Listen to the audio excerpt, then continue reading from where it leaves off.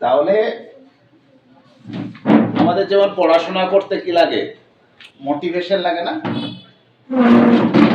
সেই মোটিভেশনাল একটা কবিতা আমাদের আজকে, স্টিল আই রাইজ। এটা মূল গ্রন্থের নামটাও তোমাদের দেখবে মনে থাকবে। এটা মূল গ্রন্থের নাম অ্যান্ড স্টিল আই রাইজ। এটা মনে থাকবে। স্টিল আই রাইজ মানে তবুও আমি রাইজ, উঠে আসি।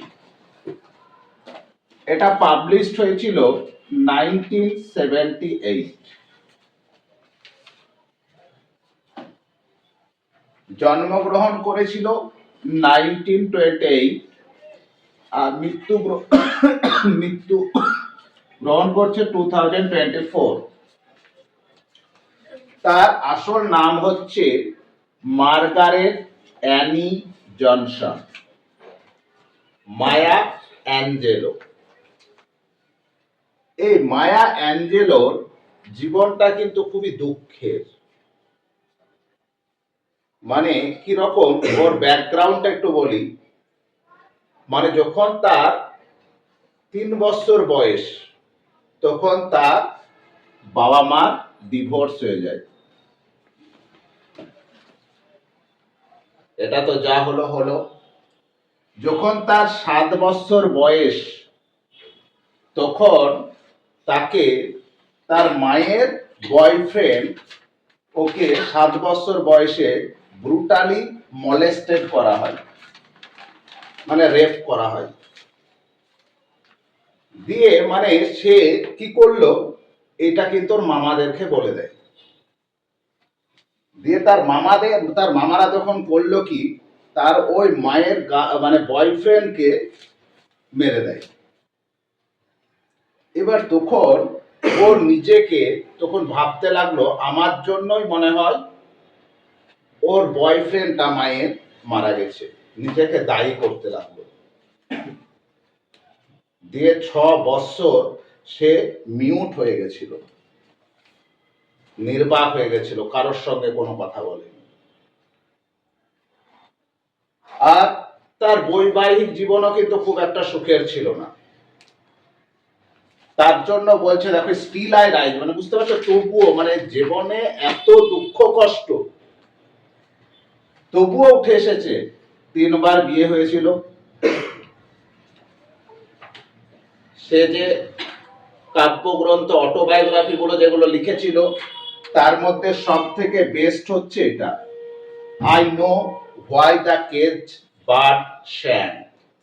আমি জানি কেন ওই কেজ বার্ডটা গান করেছিল। অটোবায়োগ্রাফি এগুলো সব। আর তিনি একাধারে ছিলেন, মানে তিনি কি না করেননি। তিনি এমনকি ফ্লাই কুকেরও কাজ করেছেন, বার ডান্সারেরও কাজ করেছেন। তিনি ছিলেন একাধারে পোয়েট, মানে লেখালেখিও করতেন। মেমোয়ারিস্ট, দেখবে মেমোয়ার, একটা ক্লাস 10-এ বলেছিলাম, দ্য পাসিং অ্যাওয়ে অফ বাপুটা, নয়নতারা সেগালের একটা মেমোয়ার। পড়নি তোমরা? মেমোয়ারিস্ট মানে হচ্ছে ও স্মৃতি রিকালেক্ট করে লিখতো, মানে ওর অতীতের ওই স্মৃতিগুলো রিকালেক্ট করে লিখতো বলে ওকে বলা হয় মেমোরাইজড। আর সিভিল রাইট অ্যাক্টিভিস্ট, মানে তিনি নিজের জাতির জন্য, ওরা ছিল কি, মানে আমাদের এই মায়া অ্যাঞ্জেলো কিন্তু ছিল আফ্রিকান। পরবর্তীতে ওর ন্যাশনালিটি ছিল আফ্রো আমেরিকান। এবার সেখান থেকে সে গোটা জাতির, আফ্রিকার হয়ে, মানে ওই টাইমে তখন কিন্তু চলছিল বৈষম্য, ডিসক্রিমিনেশন চলছিল, মানে শ্বেতাঙ্গ আর কৃষ্ণাঙ্গদের মধ্যে, মানে সাদা চামড়ার লোকেদের মধ্যে আর কালো চামড়া। এবার ছিল কিন্তু মানে ওই কৃষ্ণাঙ্গ ডিপার্টমেন্টের, মায়া অ্যাঞ্জেলো। এবার সে মায়া অ্যাঞ্জেলো তখন নিচে সমস্ত মানে ওদের জাতির হয়ে সে কিন্তু কি করত, কথা বলতো, কবিতা লিখতো, প্রোটেস্ট করত। তার জন্য বলছে সিভিল রাইট অ্যাক্টিভিস্ট। আর তো বললাম তিনি কি কতই না কি করে অ্যাক্ট্রেস, অভিনয়েরও কাজ করেছেন। এই ব্যাকগ্রাউন্ড। এবার ও যখন 6 বছর নির্বাক হয়ে গেছিল বা 3 বছর নির্বাক যখন হয়ে গেছিল, এবার ওকে তো হাত ধরে তুলে নিয়ে আসবে। দেখবে তোমাদের জীবনেও কোন কোন টিচারের দেখবে খুবই ভূমিকা থাকে। ঠিক ওর এক টিচারের নাম হচ্ছে মিসেস বার্থা ফ্লাওয়ার্স। ওকে ওই নির্বাক অবস্থা থেকে তুলে নিয়ে এসেছিল। সমস্ত মানে ওকে কি করতো, মানে ওকে কিন্তু কবিতা, তারপরে পড়াশোনা করিয়ে ওকে কিন্তু ওই নির্বাক অবস্থা থেকে বের করে নিয়ে আসলো। তাহলে একটা কবি যার ব্যাকগ্রাউন্ড দেখো, সে তবুও উঠে আসছে। আর আমরা এত দুঃখ কষ্ট তো আমরা ভোগ করিনি, তবু আমরা সেটা পারি না। কিন্তু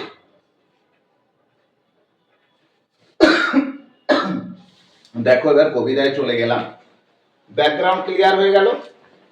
এবার কি বলছে দেখো, you may write me down in history. এখানে ইউ মানে হচ্ছে ওই হোয়াইট ম্যানরা, শ্বেতাঙ্গ লোকেরা।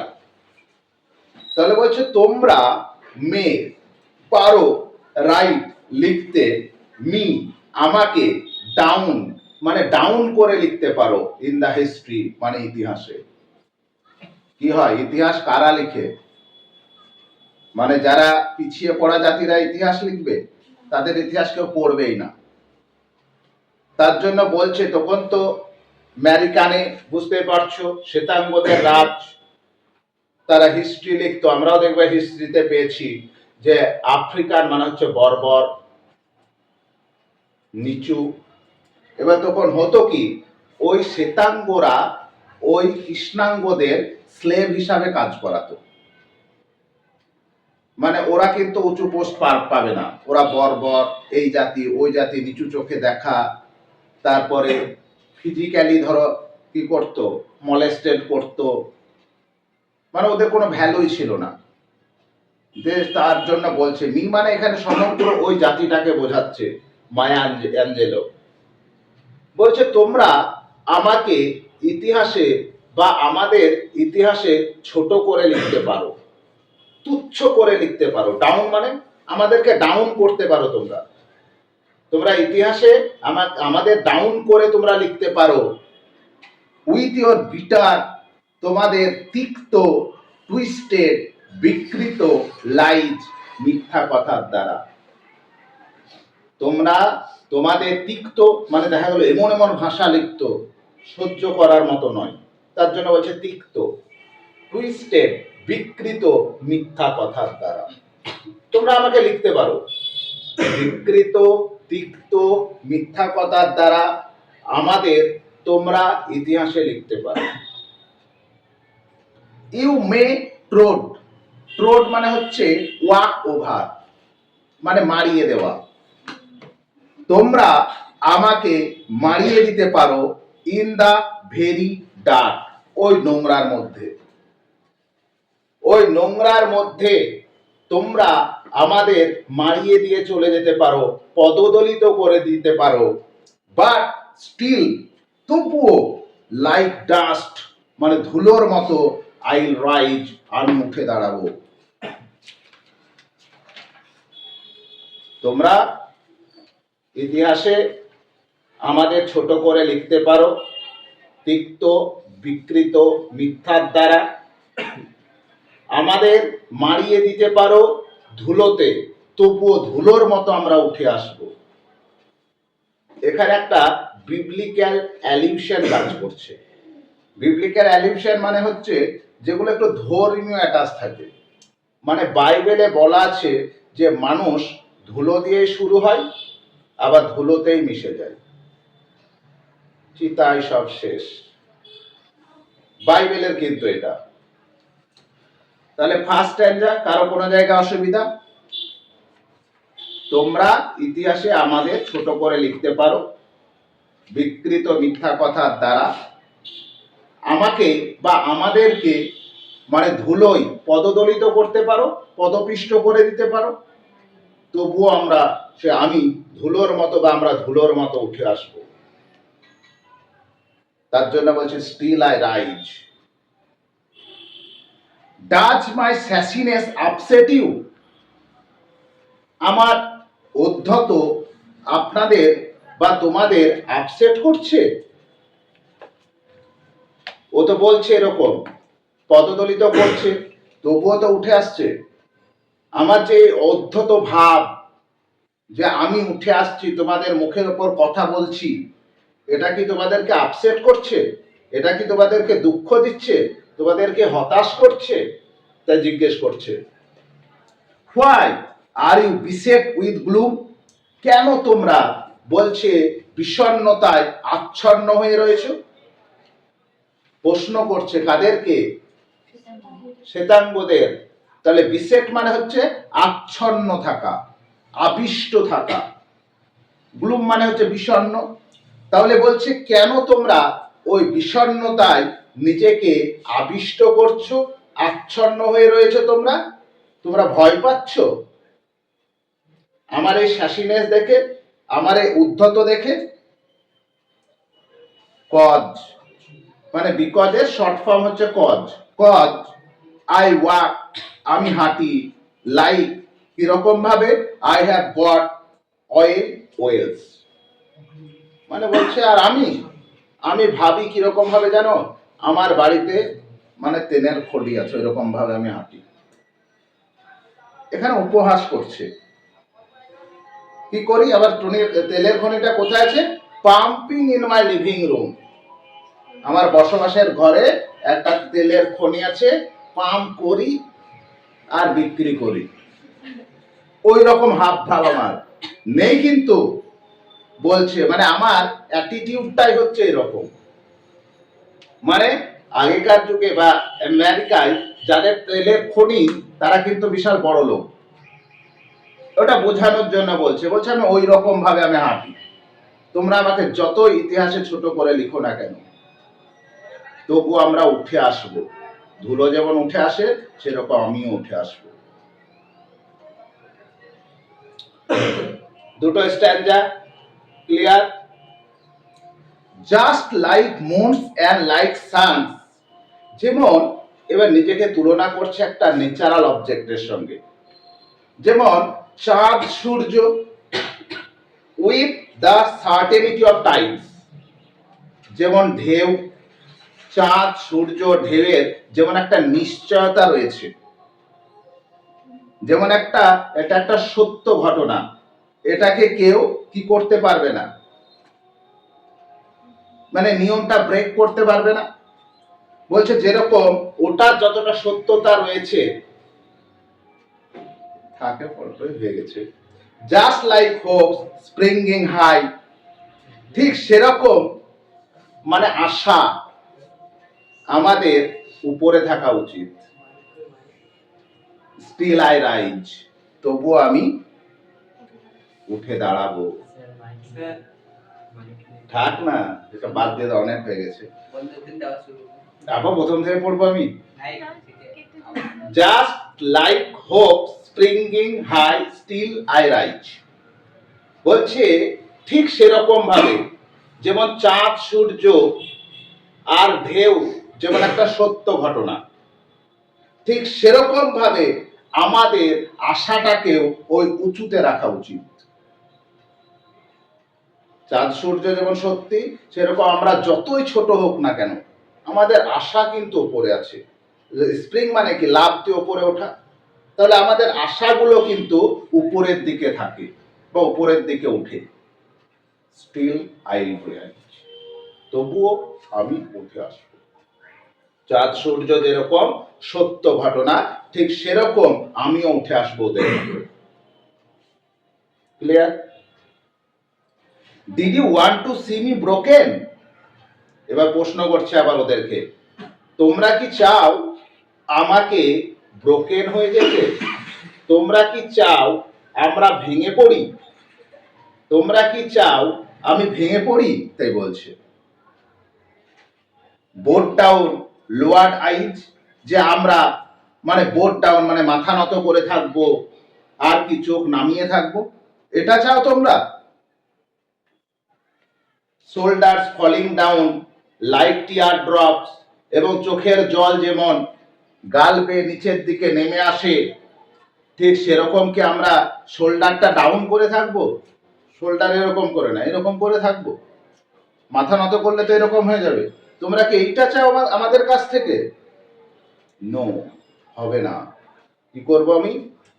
Weaken by my soulful cries, আর তোমরা চাও আমাদের ওই সোলফুল ক্রাইজ মানে ভিতরে যে কান্না, আত্মার যে কান্না। দেখবে কাউকে যদি মারা হয় ফিজিক্যালি, যতটা সে আঘাত পাবে তার থেকে যদি দুটো কথায় অপমান করি তার থেকে বেশি সে আঘাত পাবে। কিন্তু তাহলে তোমরা কি চাও আমরা ওই মনের দিক দিয়ে উইকেন্ড হয়ে যাই, দুর্বল হয়ে যাই? এইটা চাও তোমরা? হবে না, আমি উঠেই দাঁড়াবো।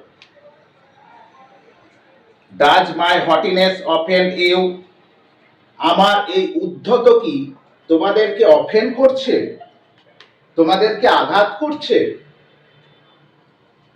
Don't you take it awful hard, তোমরা এটাকে কঠিন ভাবে নিও না, এটা তোমরা ভয়ঙ্কর ভাবে নিও না। যে আমরা উঠে আসছি, আমরা যে প্রোটেস্ট করছি, ওটা তোমরা কি করবে? এটাকে ইজিলি নাও, অত ভয়ঙ্কর ভাবে নিচ্ছ কেন? Cause I love like I have got gold mines digging in my own backyard, কারণ আমি হাঁটি, আমার কয়লা খনি আছে ওই রকম ভাবে, বুঝতে পারলে? কয়লা খনি দেখছি, গোল্ড মাইন সোনার খনি আছে।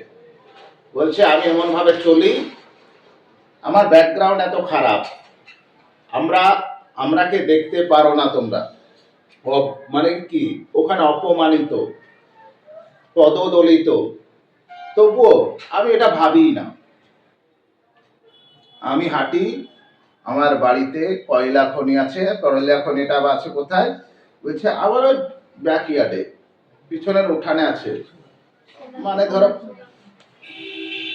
হ্যাঁ ডিগি মাই ওন ব্যাকইয়ার্ড, আবার ব্যাকইয়ার্ডে আছে মানে পিছনের উঠানে আছে আমার, তাই বলছে। আমি প্রতিদিন সোনা নিই আর সেনকো গোল্ডে বিক্রি করে আসি, সেরকম ভাবে আমি হাঁটি। কয়লা খনি আছে আমার, কিন্তু নেই, কিন্তু সোনার খনি আছে কিন্তু, কিন্তু নেই, কিন্তু ওটা কি করছে? সার্কাজম করছে। You may shoot me with your words, তোমরা তোমাদের কথার দ্বারা আমাদেরকে বা আমাকে কি করতে পারো? বিদ্ধ করতে পারো।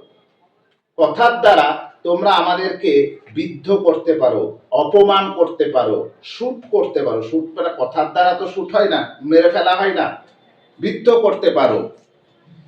You may cut me with your eyes, তোমাদের চোখ দ্বারা আমাদের কেটে ফেলতে পারো, মানে তোমরা আমাদেরকে চোখ দেখাতে পারো।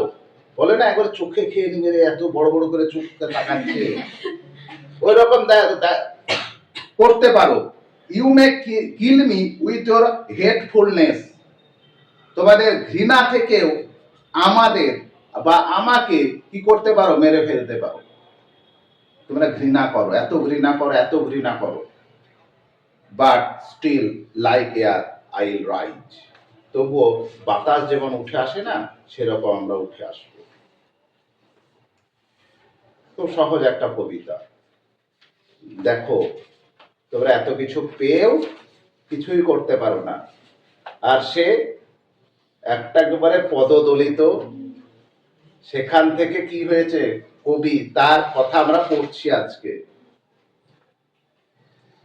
ডাজ মাই সেক্সিনেস আপসেট ইউ, আমার এই সেক্সিনেসটা তোমাদেরকে কি করছে? আপসেট করছে। বিরক্ত করছে, তোমাদেরকে দুঃখ দিচ্ছে, তাই বলছে। মানে ও আদৌ কিন্তু তো সেক্সি দেখতে নয়, বুঝতে পারছো? ও দেখতে কিন্তু, ও কিন্তু বলতে চাইছে কি, মানে ও তো ভাবে ওই রকম। শ্বেতাঙ্গরা আলাদা রকম, আফ্রিকানরা আলাদা আলাদা রকম দেখবে, পুরো অপোজিট। কিন্তু ওদের ক্ষেত্রে ওরা মানে এমনি সৌন্দর্য বলছে, তাহলে তো ভালোই হতো, তাহলে বিশ্ব সুন্দরীরা শুধু সুন্দরী হতো, তাই তো? দেখবো বিশ্ব সুন্দরীরা সুন্দরী হয় না, এরা দেখবে মানে ময়লাও হয়, দেখেছো? হয়, দেখবে সুন্দর মানে শুধু তো সুন্দর নয়, সে মনের দিক দিয়ে তো সুন্দর নয়। তার জন্য দেখবে একটা ক্রিম ছিল ফেয়ার অ্যান্ড লাভলি, ওটা চেঞ্জ করে দিয়েছে, জানো কেন?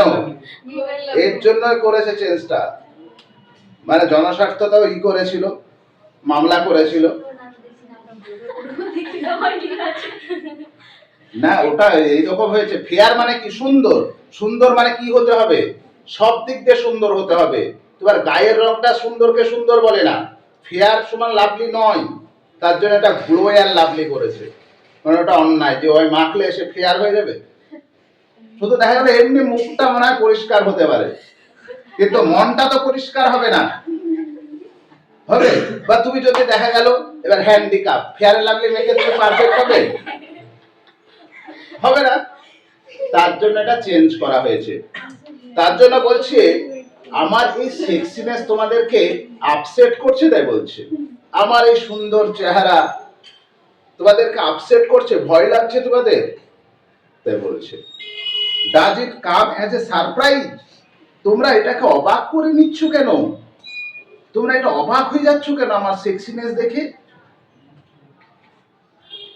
That I dance like I have gold diamonds at the meeting of my thigh.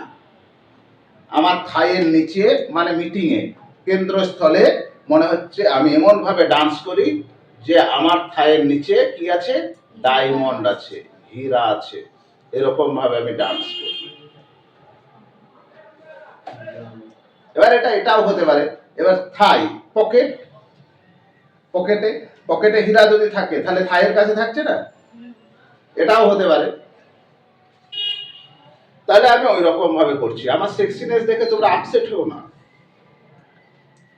Out of the hertz of history same, বলছে আমরা ওই ইতিহাসের লজ্জাজনক কুটির থেকে আমি উঠে এসেছি।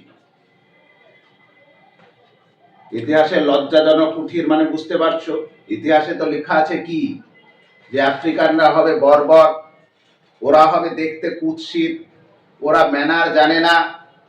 বলছে সেই লজ্জাজনক ইতিহাস থেকে আমি বেরিয়ে এসেছি, আমরা বেরিয়ে এসেছি। আপ ফ্রম এ পাস্ট, আমরা সেই অতীত থেকে উঠে এসেছি। দ্যাটস রুটেড ইন পেন, বলছে যে অতীতে শুধু যন্ত্রণার যন্ত্রণা। মানে 1947 এর আগে ইন্ডিয়ার যেরকম অবস্থা ছিল, আমেরিকানেও সেই রকম অবস্থা, শ্বেতাঙ্গ আর কৃষ্ণাঙ্গদের মধ্যে। ফিজিক্যাল অত্যাচার করছে, টর্চার করছে, মেন্টালি টর্চার, দেখতে পারে না, সবাই নিচু চোখে দেখে, ওদেরকে স্লেভ হিসাবে কাজ করায়, এই সমস্ত কিছু। বলছে সেই তখন যন্ত্রণা, সেই যন্ত্রণা থেকে আমরা উঠে এসেছি। I M A black ocean, মানে গোটা সমগ্র জাতিকে বলছে আমি এখন একটা সমুদ্র, কালো সমুদ্র। দেখতে কালো তো, ছবি দেওয়া নেই, দেখো। লিপিং, যে কি উত্তাল অ্যান্ড ওয়াইড এবং প্রশস্ত। আমি হচ্ছে একটা বিশাল কালো সমুদ্র। লিপিং মানে কি? লিপ মানে হচ্ছে জাম্পিং, তাহলে সমুদ্র কি এরকম জাম্পিং করছে, উত্তাল। আর বিশাল, ওয়াইড মানে হচ্ছে বিশাল, বিস্তৃত, বিস্তৃত বিশাল একটা সমুদ্র।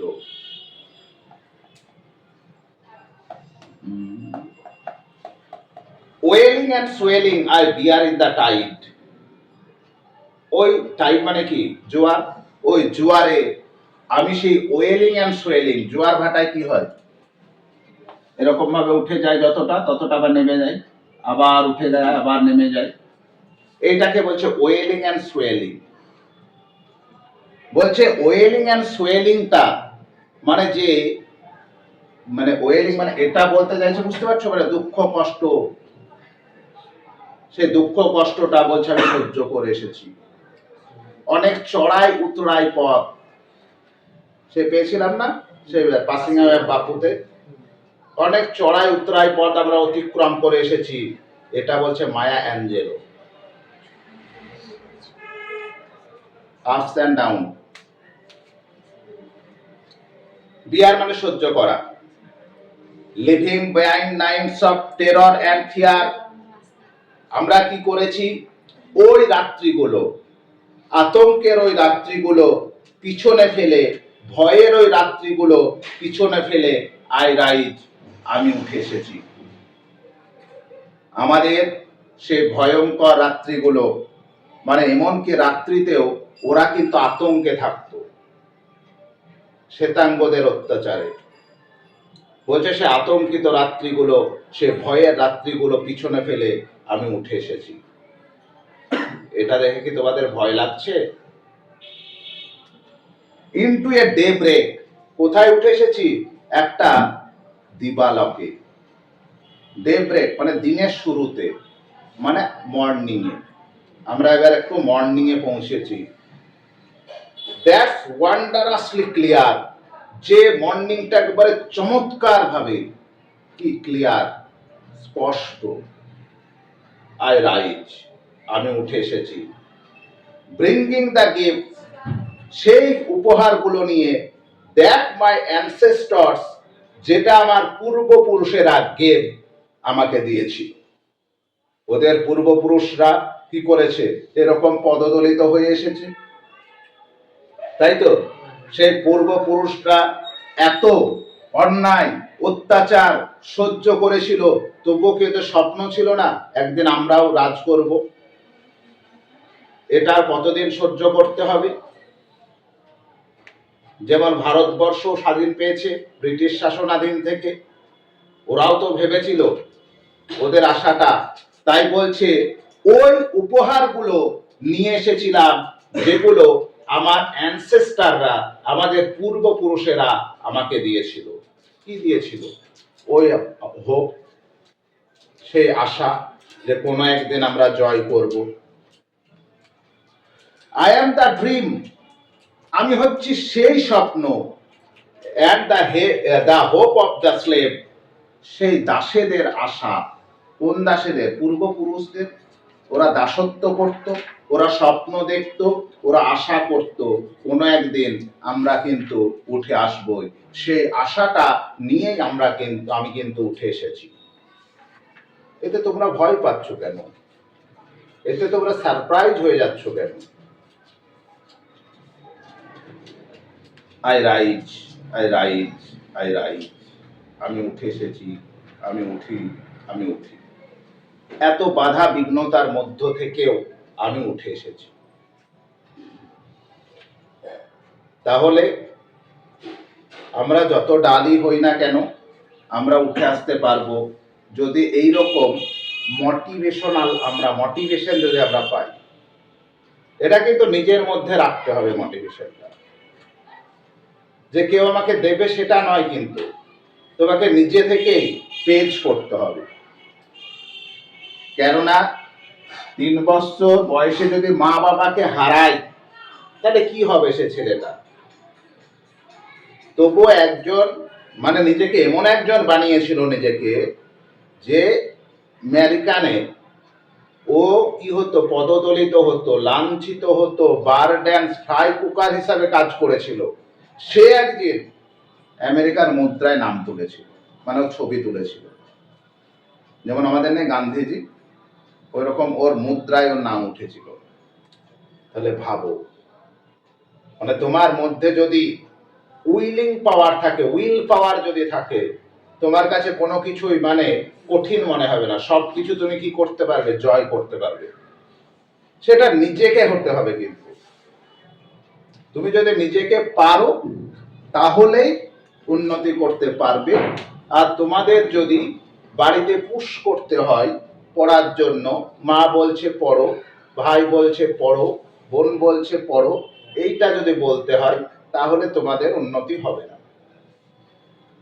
কেননা তুমি নিজে থেকে তুমি পড়তে বসবে, মাকে বলতে হবে কেন, বাবাকে বলতে হবে কেন?